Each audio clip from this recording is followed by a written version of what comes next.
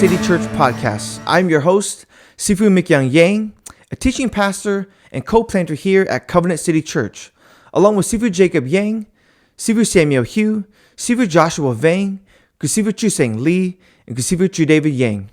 We are extremely excited to launch this podcast in conjunction with the church planting initiative at C3. We hope to use it as a tool and a means to walk alongside our people, to inform them, equip them, and to push them toward faithful gospel ministry at the local context. Secondly, we also hope that this can be a means to which we can engage in faithful dialogue of what it means to engage in faithful church ministry. I realize that there's not much content out there for Hmong churches in particular. And so we hope to engage in that conversation in a winsome and pastoral way. So we look forward to what God does through this. We look forward to how he's going to use this as a tool to strengthen his church, to progress his kingdom, and to build the body of Christ. So in saying that, I really want to lay out for us a roadmap of what I want to accomplish in this very first episode. And it's very simple. There's two things that I want to do. First, I want to share with you guys our story. I want you guys to get to know a little bit about us and where we came from and our origins and how we got started. If you were listening intently, you probably realized that there's 6 guys. How did 6 guys come together from across the nation to plant a church and to plant it in northern Minnesota, this cold, cold place? And then secondly, I want to share with you guys our vision statement of what we're trying to accomplish with this podcast and what kind of content that you can be expecting from us as we, again, think about what it means to be faithful in engaging in local church ministry. So let's dive right in. So when we think about, what's your story? How did you guys, come together? You really have to jump back in time to 2011 when Sifu Sam was leading a national youth ministry. And at that time, what he sought to do was to gather like-minded men, like-minded ministers and pastors to surround him and to begin to have that conversation so that they could sharpen one another. And in that process, he gathered, amongst other guys, he gathered Sifu Jacob and Sifu Chuseng Lee. And as he gathered them, they began to wrestle with foundational questions. What is the gospel? What is the church? What is the role of the church? What are elders? And so these are the things that they wrestled with. So as they began to ask those questions and began to search the scriptures, convictions began to grow. And it really started to turn the way in which they engaged the national youth ministry. No longer was it suffice to merely run a conference, but it was about how do we love the local church? How do we train our leaders to engage in faithful ministries? As the ministry progressed, they soon asked Sifu Chu David and myself to join the group. And lo and behold, they didn't realize that we too, in our own local context, had begun to wrestle with those very same questions. I remember being at Twin Cities Hmong Alliance Church, being the youth pastor. Those first few years were just dedicated to hanging out with kids and having fun, and nothing wrong with that. But I soon began to see that wasn't sufficient to sustain a youth ministry. It wasn't sufficient to sustain a local church. And I began to ask, where am I taking these students? Where is the end goal of discipleship? And so as I began to wrestle with these things, I slowly began to ask myself too, why does God have a church? What is the role of a pastor? What is the mission of the church? These things began to haunt me, and I searched, books. I searched the scriptures. I searched articles. I was really on a mission to figure out, what do I do as a pastor? And so in the midst of all that, as Sifu Jacob asked us, along with Sifu Sam and them, to join the group, I found myself amongst a group of men who were like-minded and who began to have these convictions, the same convictions that I shared. Long story short, we began to realize that at the district level, or rather, I should say, at the national level of youth ministry, we could no longer be effective in creating change and creating an avenue for faithful gospel ministry. And so through a myriad of events, we had all found ourselves outside of formal ministry. And it wasn't it wasn't a plan that we kind of came together and said that, we're going to leave formal ministry. It was really just through God's providence and through God's sovereign decree that we found ourselves in this predicament. And all of us individually began to ask the question of, what was the next chapter in our ministry career, in our lives? What were we going to dedicate the next 20 to 30 years of our lives to do? And so we desired to pursue pastoral ministry. We desired to go into local church ministries, to preach the gospel faithfully, to make disciples faithfully. And so those are the things that we longed for. But as we begin to realize that, hey, we're all in this predicament together, we started to call one another. And we started to dream and flirt with the idea and saying, what would it look like if we came together and planted a church? So it was winter break 2018 where we decided to meet at Sifu Sam's house down in Atlanta, Georgia.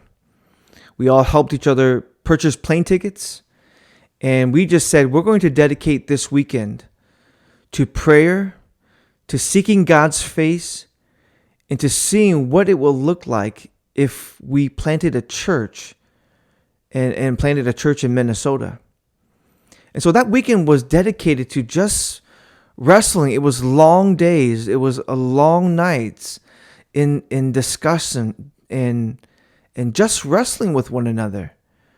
Many tears were shed at the prospect of doing this. And after those 2 to 3 days, we walked out of that meeting realizing, yes, the Lord is calling us to this. And you have to remember, Sifu Sam had just moved to Georgia. He wasn't in his new house for a year.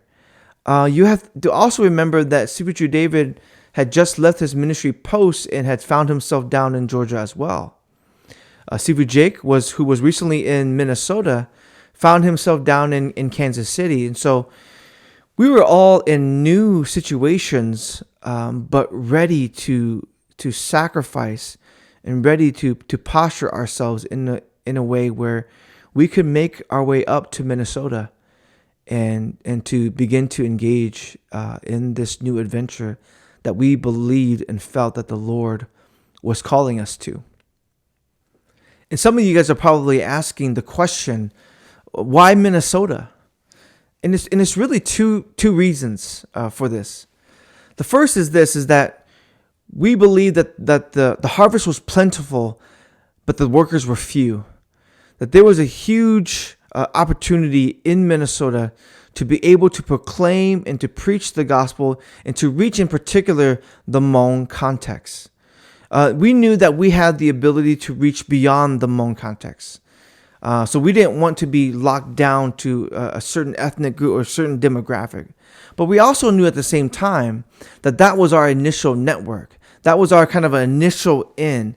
Sifu Jacob had pastored 15 years up in Minnesota. I myself was itching in on a decade in Minnesota. And so we had networks and resources there already.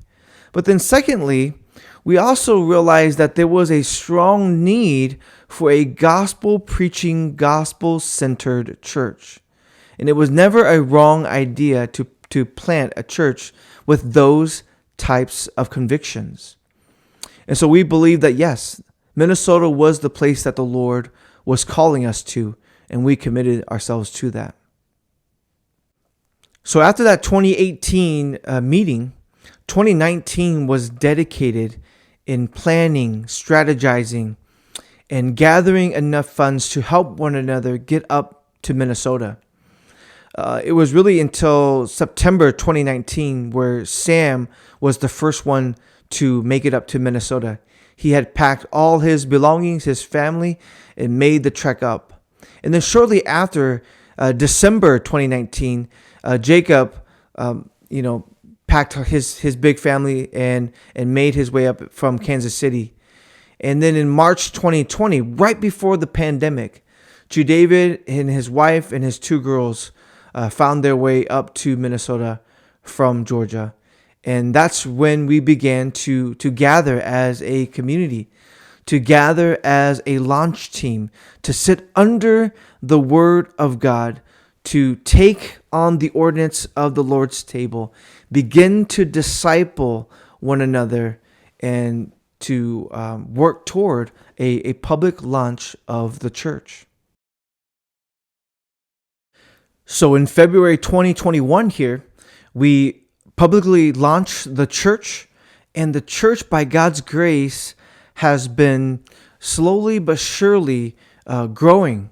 We have just received our first set of members, young people, but people who are hungry to sit under the Word, people who are hungry to sit under solid shepherding, people who are hungry to proclaim the good news. And so we're excited for what the Lord is doing. He has been faithful throughout this whole process. I mean, even throughout the pandemic, there were many times where we had scares as a community, but God, time and time again, showed up, showed His faithfulness, and we are here. So excited again to launch this podcast, and excited to use it as a tool to really continue to pour into this community, and to navigate and to dive in and to dialogue about what faithful local church ministries can look like. Now, in this second part of the podcast, I want to share with us the vision statement for Covenant City Church Podcast. And some of you guys may be asking, why do you guys have a vision statement for the podcast? Isn't that for just the church at large or a business organization? Why did you guys write it for your podcast? Well, the reason why we wrote it for our podcast is because we wanted to be razor sharp and intentional about what we're doing, about our aim, about what we want to accomplish. And so let me read for us the statement that we wrote down. And it's this: that Covenant City Church Podcast exists primarily to provide a theological and philosophical examination of its approach to local church ministry, and secondarily to assist other churches in thinking through ecclesial matters from a biblical perspective. Now, you notice that we use primarily and secondarily as language. And what does that mean? And it means this, is that the primary purpose of Covenant City Church Podcast is for her members. We are passionate. We desire to build a healthy and effective and gospel-saturated culture that perpetuates an affection for gospel ministry. We here at Covenant City Church not only want to plant a church, but we want to build a culture that will come alongside our people to equip and to inform and to instruct them of what we mean by faithful gospel ministry. You see, there's so many times where we assume a definition. We assume language. We assume that we know something, or that we assume that we share in ideas. And in order for us to really be effective in ministering to one another, we have to have a shared language. We have to have shared definition. Language creates culture. So let me use an illustration to help better tease this out. In the Christian circle, we use the term fellowship to mean a myriad of things, right? We use it all the time. And in particular here in Minnesota, what we use it for is we want to say, let's go fellowship. But when we fellowship, we set up a volleyball net and we play volleyball for 5, 6, 7 hours. And we say, yes, that was great fellowship. But yet the fallacy behind that, not saying that volleyball is bad in of itself, but the fallacy behind that is this, is that biblically, fellowship is Christocentric. Fellowship is about focusing upon Christ and spurring one another on into faith and good works, spurring one another on to be conformed into the image of the Son. And so we use that term and we really don't know what it means. And so how can we expect our church members, when we begin to throw out words like evangelize, discipleship, sanctification, how can we begin to expect our people to know these words if we do not define it for them? How do we expect them not merely to know these terms, but to begin to walk in these truths? So the podcast is here to serve that end, is to serve our people in saying, this is the language we're using and this is what we mean by that language. Let me use another illustration to tease out this point. Recently at Covenant City Church, we have just launched the Family Discipleship Initiative. And in engaging in the Family Discipleship Initiative, we have encouraged our families to begin to meet together for worship. And not only to meet together for worship, but to engage in catechism. And probably many of you, if not all of you, are probably listening and saying, what in the world is catechism? I remember sitting in my seminary classroom and my professor using that word. And I, at that time, had been a youth pastor for 4 or 5 years, and I didn't know what that word was. And so we're going to begin to use these terms and these words, and we're going to ask our people to engage in these disciplines, and yet they don't even know what they mean. How are they going to be faithful in doing that? How are they going to be faithful in engaging it for their good? But we want to come alongside them and say this term, this language is used for this reason. So we want to build culture, and we believe that language builds culture. But why is culture so significant? Why is culture so important? Well, I like to describe culture like this. And when I talk about culture, I'm not necessarily talking about Hmong culture or American culture, though those things do come into play.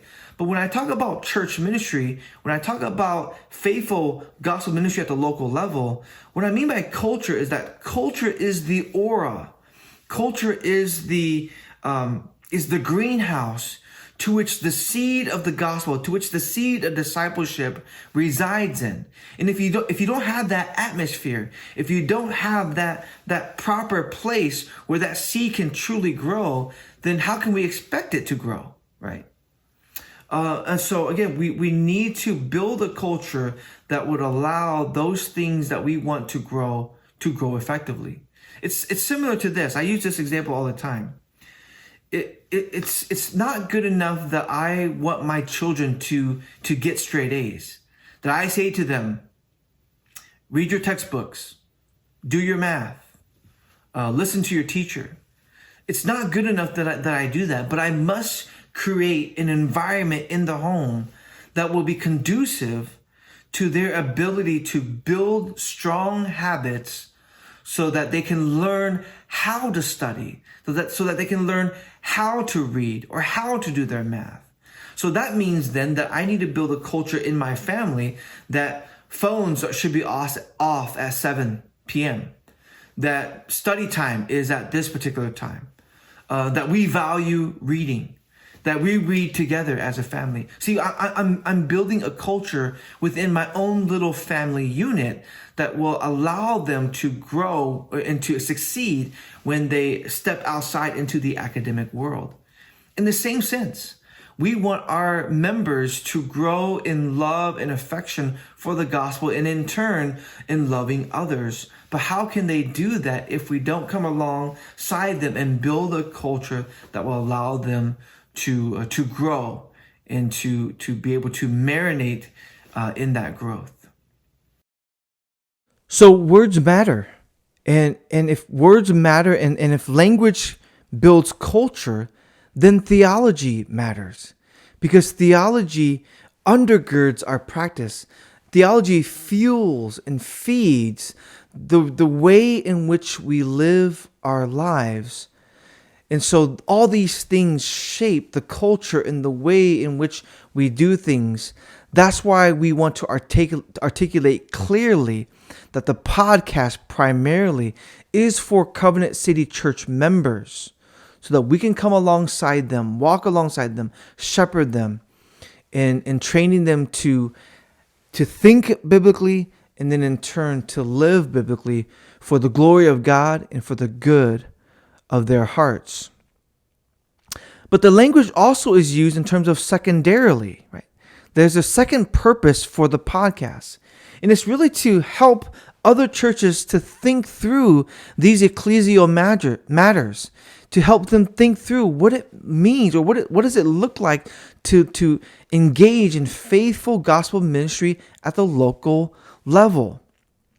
And so I realized that there's not many resources out there for the Hmong church, and the Hmong church is in dire need of greater assistance. And so we hope to be able to engage in that conversation.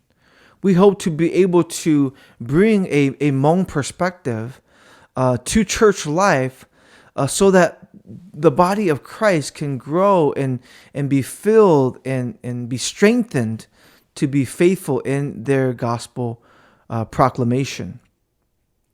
A few weeks ago, I had the opportunity of talking with a seminary student. He was interviewing me for one of his classes. And we got a chance to kind of dive into church history and to talk about a little bit about Charles Spurgeon. So it was an exciting time. But I thought it was interesting as we meditated upon the patristic era, or the early church. And I see a lot of correlation between the early church and the Hmong church context. And like this, if you know your early church, you're going to know this, that it really took them a few centuries before they began to articulate a robust and clear understanding of their doctrine of God, or rather their understanding of the triune nature of God. And even as you're listening to it, you may be asking the question, wow, why did it take them 3-4 centuries? That's a really long time. Like, what were they doing throughout that whole time that it took them that long? Well, you have to remember that the early church was being persecuted, that the early church they were trying to get their feet underneath them. And it really wasn't until Constantine came into rule where the church was really set free from persecution and really set free to begin to engage in dialogue and discuss these theological matters. So what's the point that I'm trying to make is that we should honor our first generation parents, our first generation who have gone before us, who came over from the motherland, who struggled, who clawed their way through life so that we could have strong churches. And so there's a sense of we need to honor them. And we shouldn't look down on them. But it is our turn as second and third generation Hmong people to begin to think deeply now about these theological matters.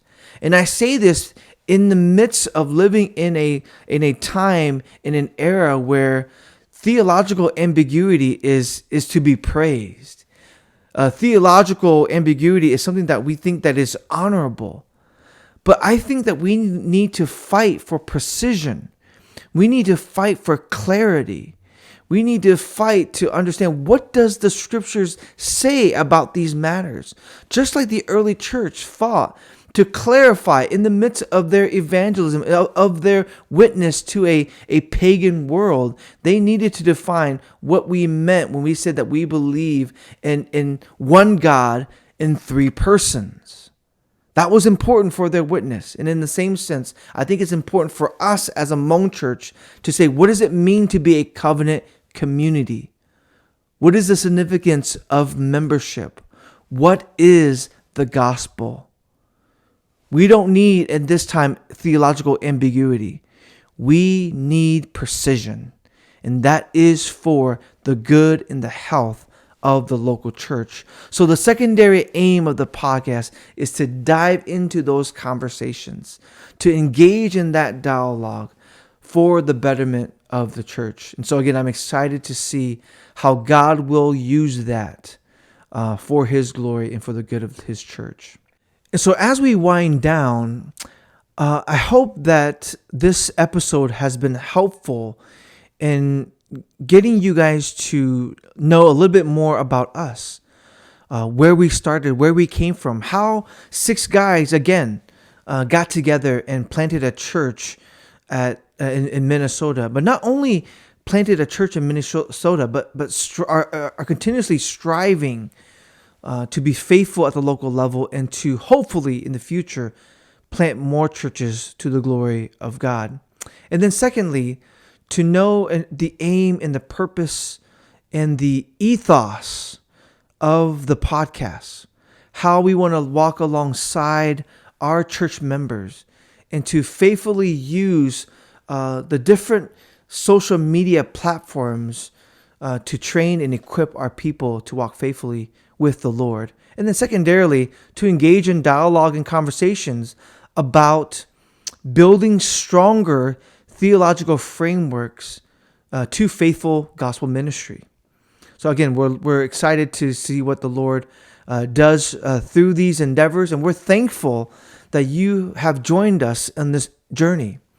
And if there are any questions that you may have, any topics that you would love for us to cover, feel free to leave a comment below, and we'll make sure to try to get to those and engage in those endeavors. But lastly, just want to let you guys know that if you guys are on Facebook or on YouTube, please like this video, subscribe to our channel so that you can get notified about any further episodes. And not only that, but would appreciate it greatly if you would share this video, this episode, on your social media platform, whether that be Facebook or Instagram, so that this content can be pushed forward. And so again, that we can help the broader church in their faithful ministry at the local level. But we thank you for joining us. I am Sifu Mikyang Yang, your host here at Covenant City Church Podcast. We hope to see you next time. Love God and love others in joyful obedience to Christ. Blessings. Hallelujah.